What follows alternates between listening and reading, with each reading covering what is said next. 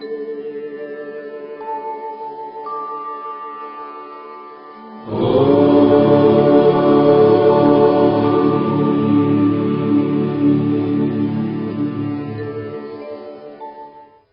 श्रीमद् भगवद गीता तब तक नहीं पढ़ी थी जब तक मुझे ये ज्ञान नहीं हुआ कि हम सब आत्माएं हैं और ये जिंदगी हम आत्माओं के लिए एक इम्तिहान है अपने अंदर से अपने सबसे अच्छे रूप को बाहर निकालने का। और भगवद गीता इस इम्तिहान को पास करने की एक अहम किताब। भगवद गीता के 18 अध्याय हैं और ये संस्कृत में परमात्मा द्वारा दी गई थी। समय के साथ संस्कृत भाषा रोजमर्रा की जिंदगी से निकल गई और ये ज्ञान मनुष्य से दूर हो गया। समय समय पर भगवद गीता के साधारण अक्षरों में अनुवाद किया गया। इसी कोशिश को आगे बढ़ाते हुए आने वाले 9 मिनटों में भगवद गीता के कुछ अहम हिस्सों को अपने गुरु के आशीर्वाद से एक आसान रूप में मैं अपने 7 बिलियन भाई बहनों के चरणों में समर्पित कर रहा हूं।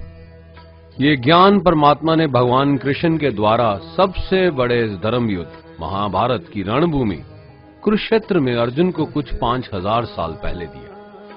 ये वो वक्त था जब धर्म का बार बार उल्लंघन हुआ, परमात्मा का डर मनुष्य से निकल गया। लालच की होड़ में भाई ने भाई को मारने की कोशिश की और यही नहीं, एक ब्याहता औरत को भरी सभा में अपने बड़ों के सामने अपमानित किया गया। इससे पहले कि मनुष्य जाति धर्म युग से निकलकर पूर्ण रूप से कलयुग में जाती, युद्ध की रणभूमि में युद्ध से कुछ पहले परमात्मा ने गीता भगवान कृष्ण के द्वारा मनुष्य जाति के कल्याण के लिए दी। ऐसे ही जैसे कभी तुरा मोसेस को, गॉस्पेल जीसस को और कुरान प्रॉफिट मोहम्मद को दी। गीता, बाइबल, कुरान, तुरा, गुरु ग्रंथ साहिब परमात्मा द्वारा दी गई किताबें हैं जो किसी एक धर्म के लिए नहीं बल्कि पूरी मनुष्य जाति के लिए है, पूरी इंसानियत के लिए है, सब आत्माओं के लिए है। क्योंकि ये आत्मा को परमात्मा के बारे में, उसकी सृष्टि के बारे में और सबसे अहम ये उन कायदों के बारे में समझाती है जिनका आत्मा को मनुष्य के रूप में हर हाल में पालन करना होगा, रक्षा करनी होगी।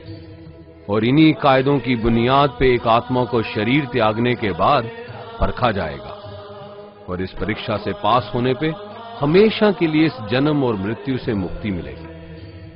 परमात्मा भगवद गीता में कहते हैं कि मैं ही सबकी शुरुआत हूं, मैं शुरू से भी पहले था और सब खत्म होने के बाद भी रहूंगा।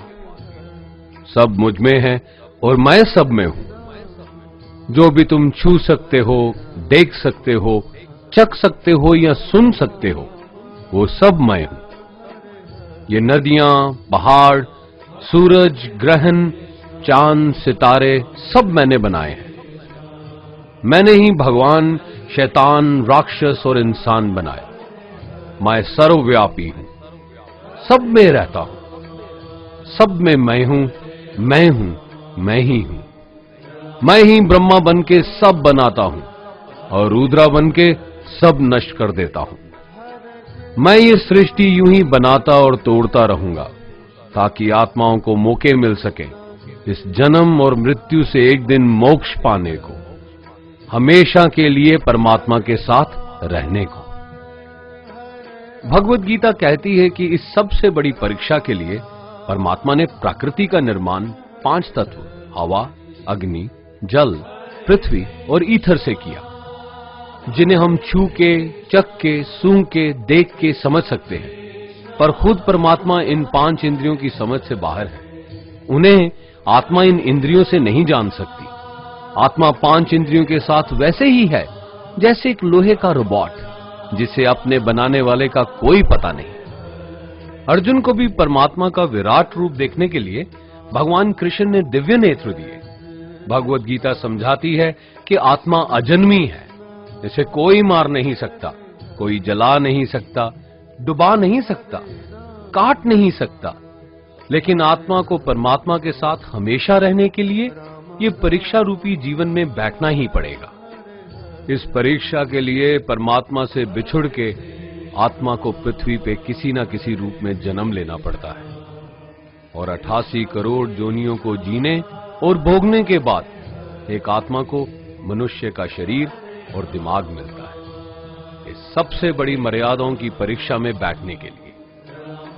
हर मनुष्य को इस पूरी परीक्षा के दौरान तरह तरह की अच्छी और बुरी भावनाओं के चक्रव्यूह में अपने ही भाई बहन या मित्रों के साथ डाला जाता है, जिसमें हर आत्मा को अपने अंदर के तामसिक और राजसिक अवगुणों से निकल के सात्विक जीवन में प्रवेश करने के मौके मिलते हैं। हमारे तामसिक गुण वो हैं जो हमारे अंदर हीन भावना पैदा करके हमें खुद को उदास और नुकसान पहुंचाते हैं, और हमारे राजसिक गुण हमें ईर्ष्यालु और लोभी बना के दूसरों के प्रति नुकसान पहुंचा सकते हैं। इस परीक्षा के दौरान हर आत्मा को तामसिक और राजसिक गुणों को खत्म करके अपने सात्विक गुणों से परिचित होना पड़ेगा। सात्विक गुण वो हैं जो आत्मा को अपने आसपास की हर चीज से जोड़े और उन्हें प्यार करना सिखाते हैं। परीक्षा के दौरान हर आत्मा को जीवन के चारों स्तंभ धर्म, अर्थ, काम और मोक्ष का ज्ञान पाके ही मुक्ति मिलती है। यही वो द्वार हैं जिन्हें समझ के ही आत्मा परमात्मा को समझ सकती है। पहला द्वार धर्म का है और शेर इसका प्रतीक है। धर्म वही है जो गीता में लिखा हुआ है, वेदों में लिखा हुआ है, गुरु ग्रंथ साहिब, बाइबल या कुरान में लिखा है। धर्म वही है जो धारण किया हुआ है, जिसे आपका दिल मानता है, जैसे झूठ नहीं बोलना, चोरी नहीं करना, भगवान का निरादर नहीं करना, दूसरों को नुकसान नहीं देना, यही सब धर्म है। और हर आत्मा को अपने जीवन काल में हर समय धर्म का पालन करना होगा और उसकी रक्षा करनी होगी। दूसरा द्वार अर्थ का है और घोड़ा इसका प्रतीक है। हर आत्मा अपने हर जीवन काल में अपने पृथ्वी पे होने का अर्थ या मूल कारण समझेगी। इस जिंदगी में भोगने वाली चीजें और रिश्तों का आनंद लेगी। अच्छा बेटा या अच्छी बेटी, अच्छा भाई या अच्छी बहन, अच्छा पति या अच्छी पत्नी बनके हर दुनियावी रिश्ते पर खरी उतरेगी और इस परीक्षा को पास करेगी। तीसरा द्वार काम का है। भगवत गीता समझाती है कि हर मनुष्य के अंदर काम, क्रोध, लोभ, मोह, अहंकार और ईर्ष्या जैसी 6 भावनाएं हमें अपने और दूसरों के प्रति नुकसान पहुंचा सकती हैं। इन भावनाओं को हर मनुष्य को हमेशा अपने नियंत्रण में रखना होगा, क्योंकि इनके बहाव में किया हुआ कोई भी काम हमारे जीवन भर की परेशानी का कारण बन सकता है। और एक आत्मा संतोष और सादगी से इन भावनाओं पे हमेशा के लिए विजय पा सकती है। चौथा स्तंभ मोक्ष का है और हाथी इसका प्रतीक है। इस परीक्षा रूपी जीवन में हर मनुष्य हर समय कुछ इच्छाएं रखता है।